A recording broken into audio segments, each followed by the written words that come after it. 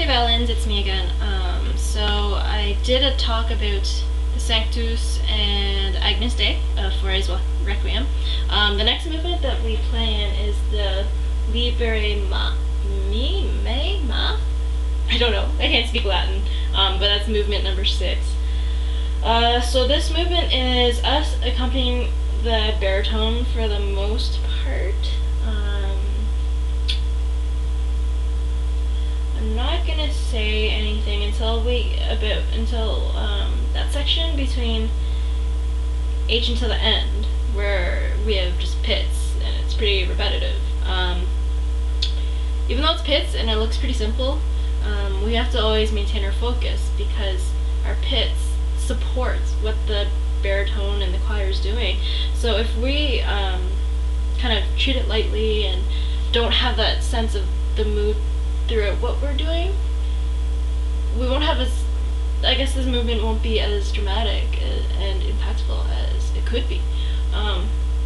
So I find, maybe it's just me, I don't know, but when I hear the pits I feel like we're rushing through the first 2 beats of the pits.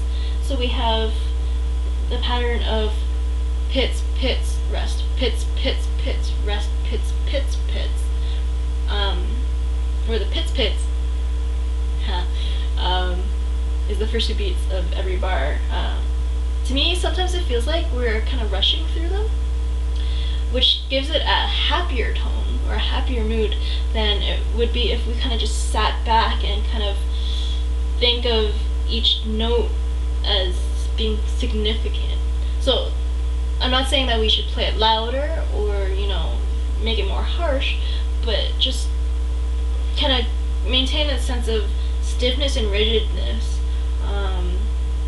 in the core of your body, and that'll translate into how you place the pits. So I'll demonstrate kind of what I was hearing in the ensemble.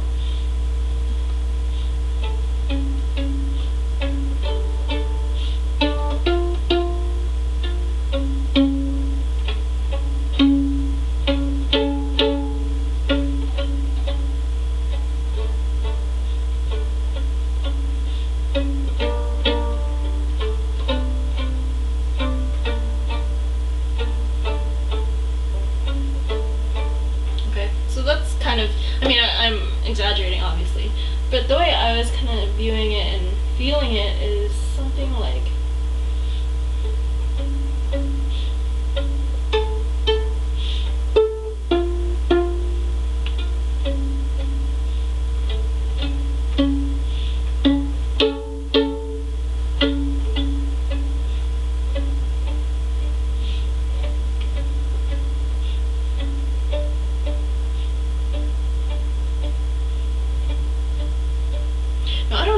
actually translate into a different sound that the hearer or the listener hears, but I just want to kind of plant that seed in your mind to have a different approach towards the pits, and maybe that will actually translate into a different sound and way we pit, which can set a mood.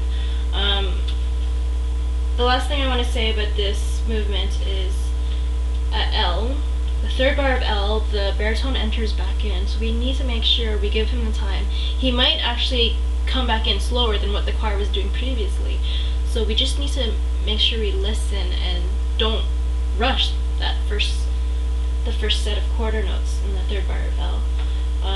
And then next is the pickup to the 7th bar of L. The baritone, the time we played through and rehearsed with him, is that he makes a change of color by covering his voice a little bit, so making it a bit softer. So I was thinking that we could kind of be aware that he might do that and support him with our pits, starting there and basically cutting back by 1 notch to like a pianissimo, so triple P. And that's pretty much it. And just to reiterate what Libera said for the last note, the fermata note of this movement, is we can do a nice crescendo, but don't all of a sudden do like a forte piano after we reach the peak of our crescendo. Make the dim just as long as we did the crescendo. It's hard for me to do too. So it's something that I'm gonna practice on my own. So something that you might want to practice as well. And yeah, that's pretty much it. I'm not gonna say anything about number 7 in Paradisum because it's pretty straightforward. It's just like long notes. Yeah. Oh, but the one thing I'm not gonna play is 1, 2, 3, 4, 5, 6. Starting at 6 bars before the letter E, make sure we maintain a flat pianissimo for 4 bars. So don't crescendo before it actually says crescendo.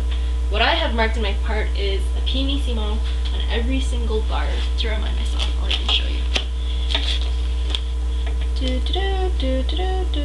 Where are we? Right here, where my pinky finger is. See? Pianissimo, pianissimo, pianissimo. Okay, I didn't put it on the 4th bar, but you know, by then I hope I'm trusting that I've realized that we're not supposed to crescendo before the crescendo marking. Yeah, that's it. I hope that helps.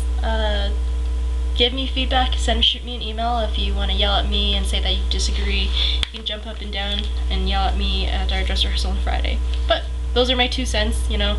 It's kind of hard for me to say these things during rehearsal because it, you know, slows down what Libera wants to do with the choir, slows down what Libera wants to do with other sections, so I figure I just do it now, give it a little brain dump, and let you guys, you know, take away what you want. Feel free, again, shoot me an email if you have any questions. Any bowings. I know you hate the bowings and the sanctus, but I think that's the best way we'll get the sound that Libera wants without feeling choked because we don't have enough bow. Alright, good night and happy practicing.